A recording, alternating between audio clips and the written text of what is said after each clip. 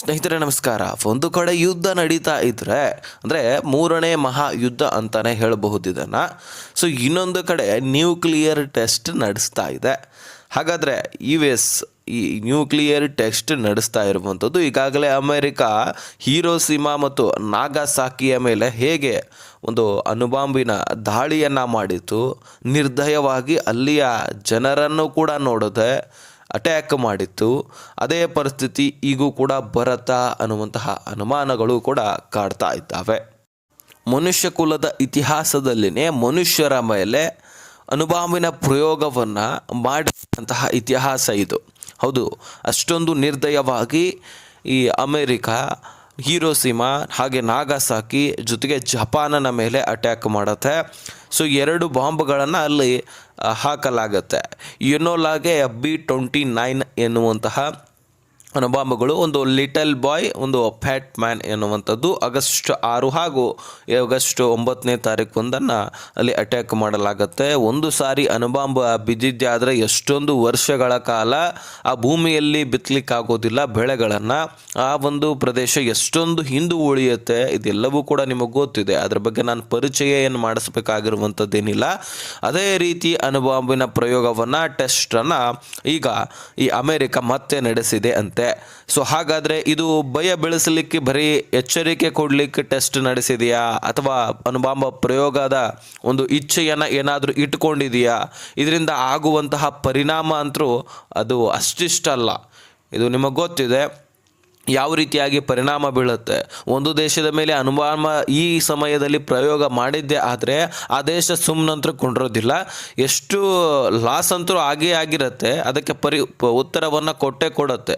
ಯಾವ ದೇಶಗಳು ಕೂಡ ಈಗ ಹಿಂದುಳಿಯುವುದಿಲ್ಲ. ಎಲ್ಲ ದೇಶಗಳ ಹತ್ರ ಒಂದಾದರೂ ಅಣುಬಾಂಬ್ ಇದ್ದೇ ಇದೆ. ಸೊ ಅದನ್ನು ಪ್ರಯೋಗ ಮಾಡೇ ಬಿಡ್ತಾರೆ.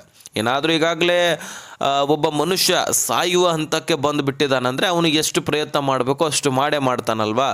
ಸೊ ಹೀಗಾಗಿ ಅಣುಬಾಂಬಿನ ಪ್ರಯೋಗವನ್ನು, ಅದಕ್ಕೆ ಉತ್ತರವನ್ನು ಬೇರೆ ದೇಶವೂ ಕೂಡ ಕೊಡುತ್ತೆ. ಹೀಗೆ ಅದೊಂದು ಇದೊಂದು ಅಂತ ಎಷ್ಟೊಂದು ಪರಿಣಾಮ ಆಗಬಾರದು. ಹಾಗೆ ಈಗಲೂ ಕೂಡ ಈ ಅಮೇರಿಕ ಪ್ರಯೋಗ ಟೆಸ್ಟನ್ನು ನಡೆಸಿದೆ. ಕ್ಯಾಲಿಫೋರ್ನಿಯಾ ಕರಾವಳಿಯಿಂದ ಡೊಮೆಸ್ಡೆ ನ್ಯೂಕ್ಲಿಯರ್ ಮಿಸೈಲ್ ಟೆಸ್ಟನ್ನು ಮಾಡಿಸ್ತಾ ಇದೆ ಅಂತೆ. ಈ ಟೆಸ್ಟನ್ನು ಮಾಡಿಸ್ತಾ ರಿಯಲ್ ಆಗಿ ಏನಾದರೂ ಅಟ್ಯಾಕ್ ಮಾಡಿದ್ದೆ ಆದರೆ ಇಡೀ ದೇಶಗಳ ಮೇಲೆ ಎಷ್ಟು ಪರಿಣಾಮ ಬೀರುತ್ತೋ ಅದು ನಿಮಗೆ ಗೊತ್ತಿದೆ. ಈ ಟ್ರಂಪ್ನ ಹುಚ್ಚುತನ ಕೂಡ ನಿಮಗೆ ಗೊತ್ತಿದೆ. ಟ್ಯಾರಿಫ್ ವಿಚಾರದಲ್ಲಿ ಕೂಡ ವಿಶ್ವದ ಜೊತೆಗೆ ಸಾಕಷ್ಟು ದೇಶಗಳ ಜೊತೆಗೆ ಆಟ ಆಡಿದ. ನಮ್ಮ ಭಾರತವೂ ಕೂಡ ಅದರಲ್ಲಿ ಒಂದಾಗಿತ್ತು. ಹಾಗೆ ಈ ಅಣುಬಾಂಬಿನ ಪ್ರಯೋಗ ಏನಾದರೂ ಮಾಡಿದ್ದೆ ಆದರೆ ಬಹಳಷ್ಟು ಹೊಡೆತ ಇಲ್ಲಿ ಅನುಭವಿಸಬೇಕಾಗತ್ತೆ. ಯಾವ ದೇಶ ಮೇಲೆ ಅಟ್ಯಾಕ್ ಮಾಡಿರ್ತಾನೋ ಇರಾನ್ ಮೇಲೆ, ಆ ಇರಾನ್ ಕೂಡ ಸುಮ್ಮನೆ ಕುಂತ್ಕೊಳ್ಳುತ್ತಾ? ಖಂಡಿತವಾಗ್ಲೂ ಅದು ಕೂಡ ಅಟ್ಯಾಕ್ ಮಾಡುತ್ತೆ. ಈಗಾಗಲೇ ಪ್ರತಿದಾಳಿಯೂ ಕೂಡ ಮಾಡ್ತಾ ಇದೆ. ಅಮೆರಿಕಗೂ ಕೂಡ ಸಾಕಷ್ಟು ಹೊಡೆತವನ್ನು ಕೊಟ್ಟಿದೆ. ಸೊ ಹೀಗೆ ಇದು ಮುಂದುವರೆದಿದ್ದೆ ಆದರೆ ಬಹಳಷ್ಟು ಹೊಡೆತ ಬಹಳಷ್ಟು ದೇಶಗಳಿಗೆ ಬೀಳುತ್ತೆ. ಅದರಲ್ಲಿ ನಮಗೆ ಸ್ವಲ್ಪ ಕಡಿಮೆ ಬಿದ್ದರೂ ಆದರೆ ಹೊಡೆತ ಅಂತೂ ಬೀಳೋದೆ. ಯಾಕಂದರೆ ಈಗಾಗಲೇ ಯಾವ ದೇಶಗಳು ಹೊಡೆದಾಡ್ತಾ ಇದ್ದಾವೋ, ಸೌದಿ ಅರೇಬಿಯಾ ಜೊತೆಗೆ UAE ಹೊಡೆದಾಡ್ತಾ ಇದ್ದರೆ, ಯುಕ್ರೇನ್ ಜೊತೆಗೆ ರಷ್ಯಾ ಹೊಡೆದಾಡ್ತಾ ಇದೆ. ಈ ಕಡೆ ಇಸ್ರೇಲ್ ಹಾಗೂ ಅಮೇರಿಕಾ ಜೊತೆಗೇ ಇರಾನ್ ಒಂದು ಹೊಡೆದಾಡ್ತಾ ಇದೆ. ಸೊ ಇಂತಹ ಸನ್ನಿವೇಶದಲ್ಲಿ ಬಹಳಷ್ಟು ರಾಷ್ಟ್ರಗಳಿಗೆ ಹೊಡೆತ ಬೀಳುವಂಥದ್ದು, ಅದರಲ್ಲಿ ನಮ್ಮ ಭಾರತಕ್ಕೂ ಕೂಡ ಹೊಡೆತ ಬೀಳುತ್ತೆ. ಯಾಕಂತ ಕೇಳೋದಾದರೆ ಈಗ ಹೊಡೆದಾಡ್ತಾ ಇರುವಂತಹ ರಾಷ್ಟ್ರಗಳಲ್ಲಿ ಹೆಚ್ಚಿನ ಇಂಧನ ಉತ್ಪತ್ತಿ ಆಗುವಂಥದ್ದು. ಸೊ ಹಾಗಾದರೆ ಈ ಆಯಿಲ್ ನಮಗೇನಾದರೂ ಸಿಗಲಿಲ್ಲ ಅಂದರೆ ಸೊ ನಮ್ಮ ಬೈಕ್ ಕಾರುಗಳು ಎಲ್ಲವೂ ಕೂಡ ಮನೆಯಲ್ಲಿ ನಿಲ್ಲಿಸಬೇಕಾಗತ್ತೆ. ನಮ್ಮ ಕೆಲಸ ಕಾರ್ಯಗಳಿಗೆ ಅಡಚಣೆ ಆಗುತ್ತೆ. ಈಗಾಗಲೇ 11 ವರ್ಷಗಳ ಹಿಂದೆ ಅಂದರೆ ಕಾಂಗ್ರೆಸ್ ಪಕ್ಷ ಇರುವಂತಹ ಸಂದರ್ಭದಲ್ಲಿ ಈ ಇಂಧನಗಳ ಸ್ಟಾಕ್ ಇರಲಿಲ್ಲ ನಮ್ಮ ರಾಷ್ಟ್ರದಲ್ಲಿ. ಆದರೆ ಈಗ ಮೋದಿಜಿಯವರು ಬಂದ ತಕ್ಷಣ ಇದನ್ನೆಲ್ಲವೂ ಕೂಡ ಇಂತಹ ಪರಿಸ್ಥಿತಿ ಬರಬಹುದು.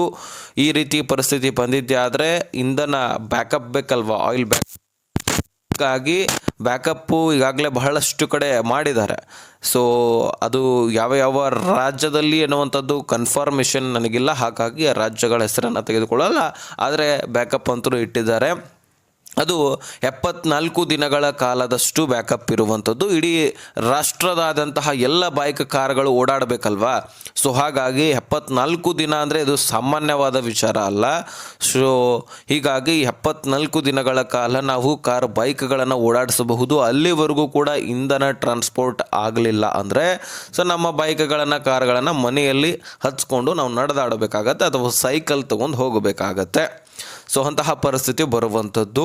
ಸೊ ಈಗಾಗಲೇ ನಮ್ಮ ದೇಶದಂತೂ ಇದು ತಪ್ಪಲ್ಲ, ಬೇರೆ ಬೇರೆ ರಾಷ್ಟ್ರಗಳು ಹೊಡೆದಾಡ್ತಾ ಇದೆ. ಅದು ಆದಷ್ಟು ಬೇಗ ನಿಲ್ಲಿಸಿಕೊಂಡ್ರೆ, ಅವರವರ ಮಾತುಕತೆ ಮಾಡಿಕೊಂಡು ಇಲ್ಲೇ ಯುದ್ಧ ವಿರಾಮವನ್ನು ಘೋಷಣೆ ಮಾಡಿದ್ರೆ ಆ ದೇಶಗಳು ಕೂಡ ಒಳ್ಳೆಯದೇ, ನಮ್ಮ ದೇಶಗಳಿಗೂ ಕೂಡ ಒಳ್ಳೆಯದೇ. ಯಾಕಂದರೆ ಒಂದೊಂದು ವಿಷಯದಲ್ಲಿ ಬೇರೆ ದೇಶಗಳ ಮೇಲೆ ನಾವು ನಿಂತ್ಕೊಂಡಿದ್ವಿ. ಯಾಕಂದರೆ ಇಂಧನ ನಮ್ಮಲ್ಲಿ ಉತ್ಪತ್ತಿ ಮಾಡಲಿಕ್ಕೆ ಆಗೋದಿಲ್ಲ, ಅದೇ ದೇಶದಿಂದ ತರಿಸ್ಕೊಳ್ಬೇಕಾಗತ್ತೆ. ಹೀಗಾಗಿ ನಾವು ಅಲ್ಲಿ ಅವರ ಮೇಲೆ ಅಡಿಕ್ಟ್ ಆಗಿರುವಂಥದ್ದು. ಈಗ ರಷ್ಯಾದಿಂದ ತರಿಸ್ಕೊಳ್ತಾ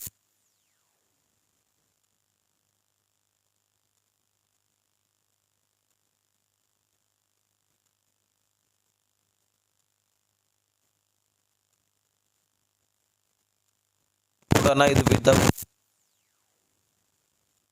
ಕೂಡ ಇದೆ. ಇದರ ಬಗ್ಗೆ ಅಮೆರಿಕ ಕೂಡ ಚರ್ಚೆ ಮಾಡ್ತಾ ಇದೆ. ಸೊ ಅಮೆರಿಕಾನು ಕೂಡ ಈಗ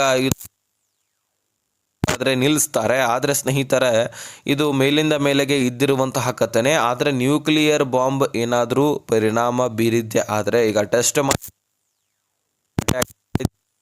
ಇದರ ಪರಿಣಾಮವನ್ನು ಎಲ್ಲ ದೇಶಗಳು ಕೂಡ ಅನುಭವಿಸಬೇಕಾಗತ್ತೆ. ಈಗ ಇರಾನ್ ಮೇಲೆ ಈ ಅಣುಬಾಂಬಿನ ಅಟ್ಯಾಕ್ ಮಾಡಿದ್ದೆ ಆದರೆ ಇರಾನ್ ಕೂಡ ಅಟ್ಯಾಕ್ ಮಾಡುತ್ತೆ. ಹೀಗೆ ಇದು 3ನೇ ಮಹಾಯುದ್ಧ ಅನ್ನಿಸ್ಕೊಳ್ಳುತ್ತೆ. ಸೊ ಹೀಗಾಗಿ ಆದಷ್ಟು ಇದನ್ನು ಇಲ್ಲಿಗೆ ನಿಲ್ಲಿಸಬೇಕಾಗತ್ತೆ. ನಾವು ಇದನ್ನು ನೋಡಬೇಕಾಗಿರ್ತಕ್ಕಂಥದ್ದು. ನಾವಂತರೂ ಹೋಗಿ ನಿಲ್ಲಿಸ್ಲಿಕ್ಕೆ ಆಗೋದಿಲ್ಲ. ಸೊ ಸದ್ಯಕ್ಕೆ ನಮ್ಮ ದೇಶದಲ್ಲಿ ನಾವಂತರೂ ಸುರಕ್ಷಿತವಾಗಿದ್ದೀವಿ. ಕಾರಣ ನಿಮಗೆ ಗೊತ್ತಿರುವಂಥದ್ದು, ಮೋದಿ ಸರ್ಕಾರ ಜೊತೆಗೆ ಅಬ್ದುಲ್ ಕಲಾಂ ಅವರು, ಅಟಲ್ ಬಿಹಾರಿ ವಾಜಪೇಯಿ ಅವರು. ಅದು ಹೇಗೆ ಕಾರಣ ಆಗ್ತಾರೋ ಅದು ನಿಮಗೆ ಗೊತ್ತಿದೆ ಅಥವಾ ಗೊತ್ತಿಲ್ಲದೆ ಇರಬಹುದು. ಅದರ ಬಗ್ಗೆ ನಿಮಗೆ ಮಾಹಿತಿ ಬೇಕಂದ್ರೆ ಕಮೆಂಟ್ ಮಾಡಿ ತಿಳಿಸಿ. ಸೊ ನಾನು ಮತ್ತೊಂದು ವಿಡಿಯೋದಲ್ಲಿ ತಿಳಿಸ್ಕೊಡುವಂತಹ ಪ್ರಯತ್ನ ಮಾಡ್ತೀನಿ. ವಿಡಿಯೋ ನೋಡಿದ್ದಕ್ಕೆ ಧನ್ಯವಾದ. ಈ ವಿಷಯವನ್ನು ಆದಷ್ಟು ಎಲ್ಲ ಸಾರ್ವಜನಿಕರಿಗೆ ಶೇರ್ ಮಾಡಿ.